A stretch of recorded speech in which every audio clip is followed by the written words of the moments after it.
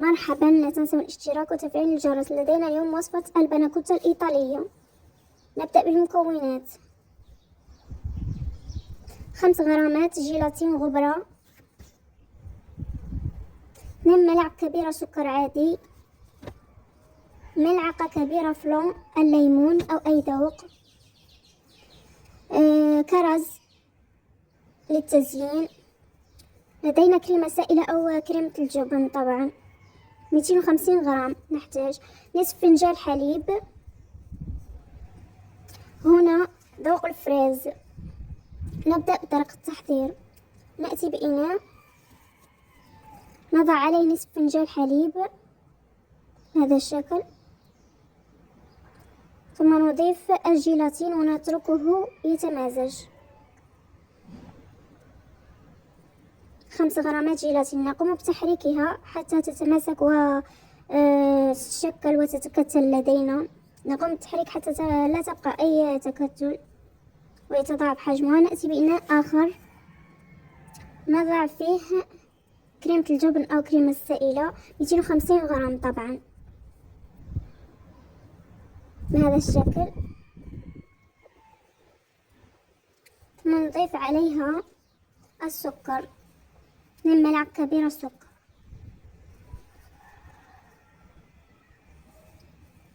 ثم نضيف ملعقة كبيرة فلون الليمون. نقوم بتحريكها ومزجها.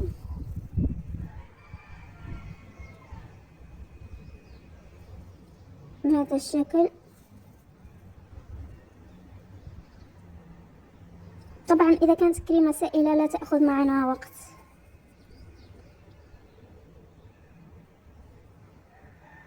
لكن كريمة الجبن تحتاج إلى تحريك. هذا الشكل الذي نريده. ثم نضعها على نار هادئة ونستمر بالخلط.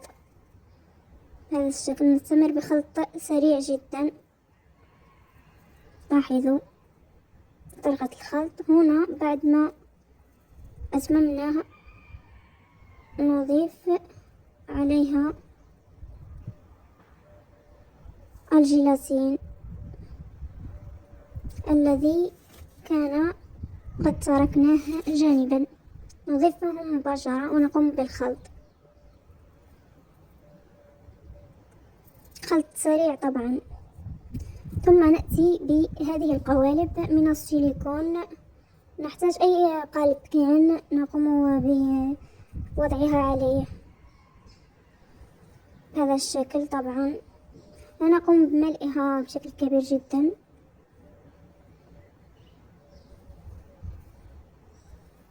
طبعا قوالب السيليكون لا تحتاج إلى دهن أو أي شيء لأنها لا تلصق طبعا. هنا أتممنا الكمية ونضعها على الثلاجة حتى تبرد. عندما تجمد نستخرجها. هنا القليل من الجيلاتين الغبرة والماء ولدينا ذوق الفريز.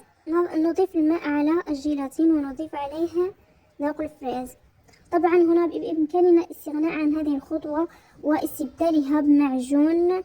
هنا نخلط استبدالها بمعجون الفريز أو حبات الفريز المشكلة والمطهية على نار هادئة.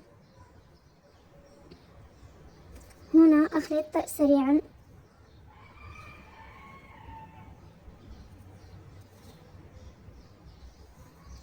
أو استغناء عن هذه الخطوة واستبدالها بفلون الفريز طبعا، لأنه هذه العملية عبارة عن تزيين فقط، ولكم الاختيار في ما تريدون تزيينها.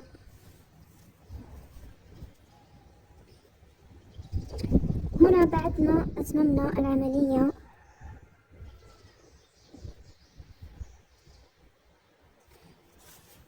نأتي بالقوالب التي كانت في الثلاجة ونقوم بتزيينها بواسطة هذا الخليط كما قلنا، أو بواسطة حبات الفريز أو معجون الفريز أو أي شيء تريدون تزيينها به.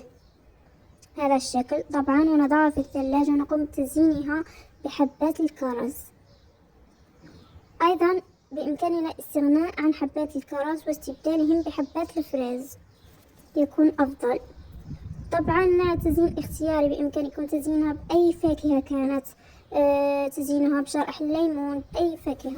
نضعها في الثلاجة طبعا، وهنا الشكل النهائي. طبعا أنا وضعتها في الثلاجة.